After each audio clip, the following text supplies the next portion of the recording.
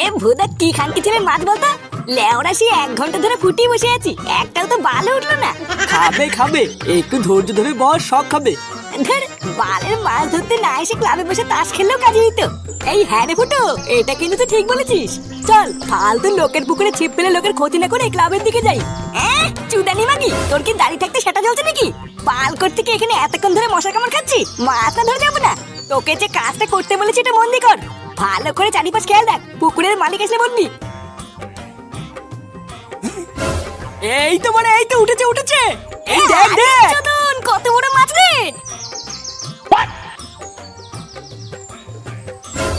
এই পল্টুদা, পল্টুদা পুকুরে মালিক আছে, তাড়াতাড়ি পালাও। কি? এইদিকে আসছে পল্টুদা, তাড়াতাড়ি পালাও, ধরতে পারলে কিন্তু কেলাবে। এই কে মাছ ধরতিস না? তাড়াতাড়ি পালা, ধরতে পারলে কিন্তু চোদন আছে।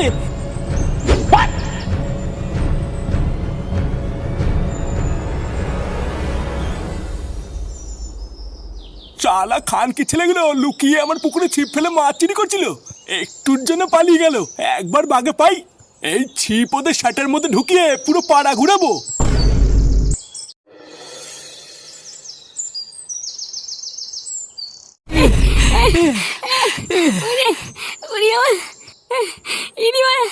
এই বাড়া যদি একবার ধরতে পারতো না, শাটার থেকে ছাল তুলে রোদে শুকাতো। হ্যাঁ, তা যা বলেছিস, মালটা মহাঢেম না।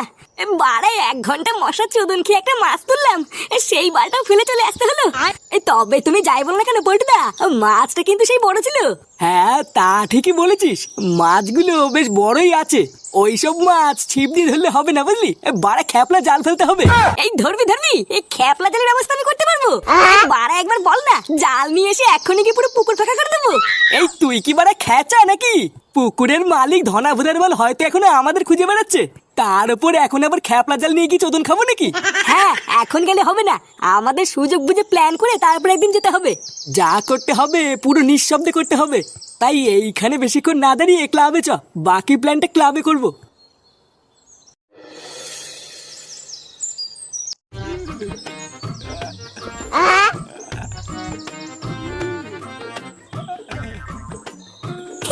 ভাল লাগতো তো দাদু?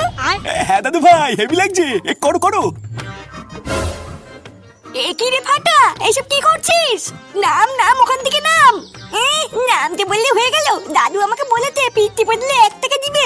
আরে বাবা, 1 টাকার জন্য তুই কি তো দাদুর হাড় ভাঙবি নাকি? নাম আগে, নাম নাম বলছি। হ্যাঁ গো, তুমি ফাটাকে নামতে বলতে পারছো না? আরে বাবা গিন্নি, ফাটা যা করছে করুক না, আমার তো ভালোই লাগছে। ওর ওজনে আমার কিছু হবে না, তুমি চিন্তা করো না। না না, দুম করে যদি একটা বিপদ হয়ে যায় তখন কি হবে? তুই দাদুর ওপর থেকে এক্ষুনি নাম ফাটা। বাল নামবে? আমাকে আগে 1 টাকা দাও, তারপর নামবো। নেমে যাও দাদু ভাই, দিদুন ভয় পাচ্ছে যখন, তুমি নেমে যাও। আগে 1 টাকা দাও, তারপর নামবো। আরে বাবা দেবো খানি, তুমি নামো। বালা, অত কিছু জানি না, আগে টাকা দেবো তারপর নামবো।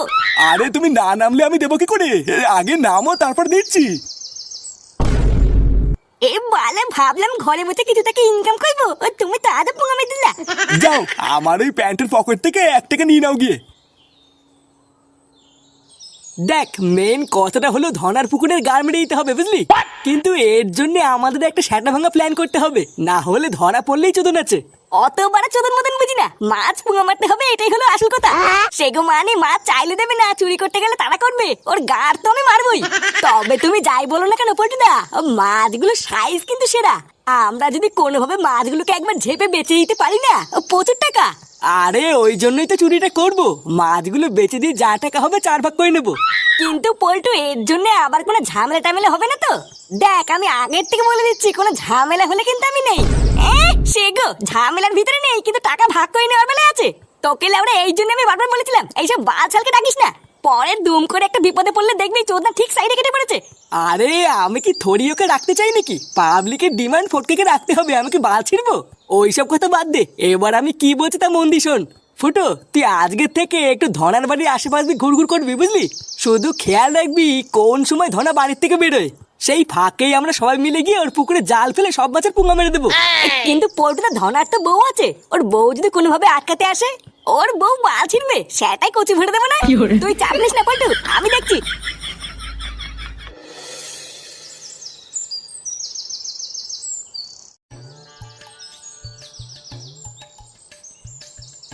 শোনো, আজ রাতের জন্য আমি একটু শহরে যাচ্ছি।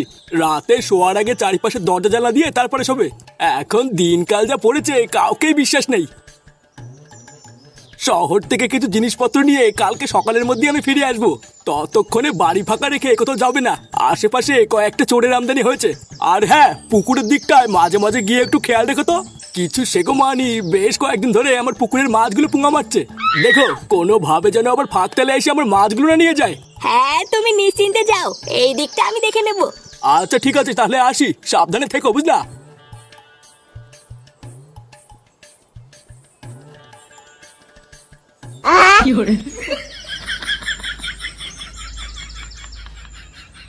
এই তো বড়া, পেয়েছি সুযোগ।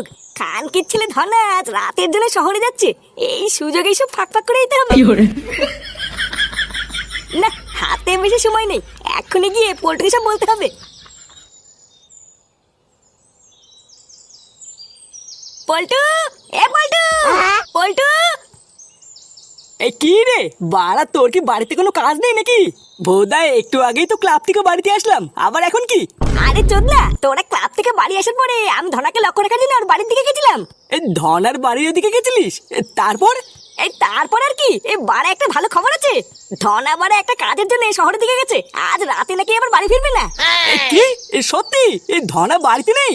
হ্যাঁ, তা নয় তা কি বলছি, এটাই কিন্তু বড় একটা সেটা ফেলার সুযোগ। এর পরে কিন্তু আর এরকম সুযোগ পাবি না বলে দিলাম।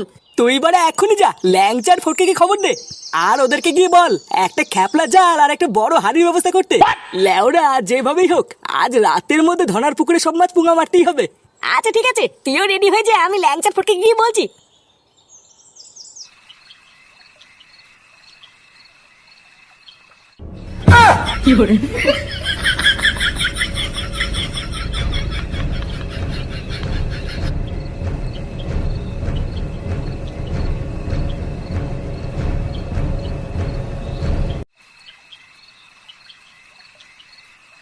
শোন, বাড়া যে যাই করিস না কেন কোনো শব্দ করবি না কিন্তু।